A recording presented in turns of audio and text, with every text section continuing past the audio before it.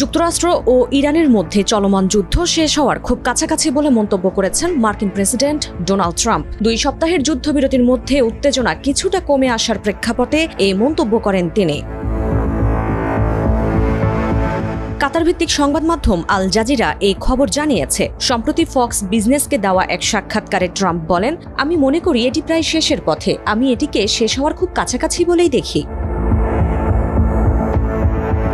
যুদ্ধ শেষের ইঙ্গিত দিলেও ট্রাম্প জানান, যুক্তরাষ্ট্র এখনই ইরান থেকে পুরোপুরি সরে আসছে না। তার মতে দেশটিকে পুনর্গঠন করতে দীর্ঘ সময়ের প্রয়োজন। তিনি বলেন, আমি যদি এখনই সব গুটিয়ে চলে আসি তবে দেশটির পুনর্গঠনে ইরানের 20 বছর সময় লেগে যাবে। আমাদের কাজ এখনো শেষ হয়নি। আমার মনে হয় ইরান খুব মরিয়া হয়েই একটি চুক্তি করতে চাইছে।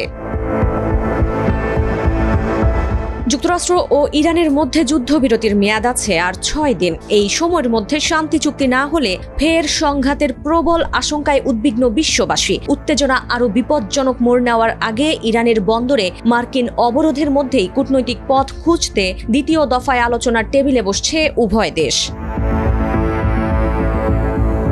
আলোচনার টেবিলে ফেরা নিয়ে ট্রাম্পের মন্তব্যে ইরান এখনও কোনো প্রতিক্রিয়া জানায়নি। তবে জাতিসংঘ মহাসচিব আন্তোনিও গুতেরেস বলেছেন, আলোচনা পুনরায় শুরু হওয়ার প্রবল সম্ভাবনা রয়েছে। রয়টার্স জানিয়েছে, উপসাগরীয় কিছু দেশ, পাকিস্তান ও ইরানের কর্মকর্তারা জানিয়েছেন, আলোচনার জন্য ওয়াশিংটন ও তেহরানের প্রতিনিধি দল এ সপ্তাহের শেষের দিকে আবারও পাকিস্তানে ফিরে আসতে পারে। যদিও এখনও কোনো নির্দিষ্ট তারিখ চূড়ান্ত হয়নি। ডোনাল্ড ট্রাম্প জানিয়েছেন, যুক্তরাষ্ট্র ও ইরানের মধ্যে আলোচনা আগামী 2 দিনের মধ্যে পুনরায় শুরু হতে পারে। আগামী 2 দিনের মধ্যে কিছু একটা ঘটতে পারে।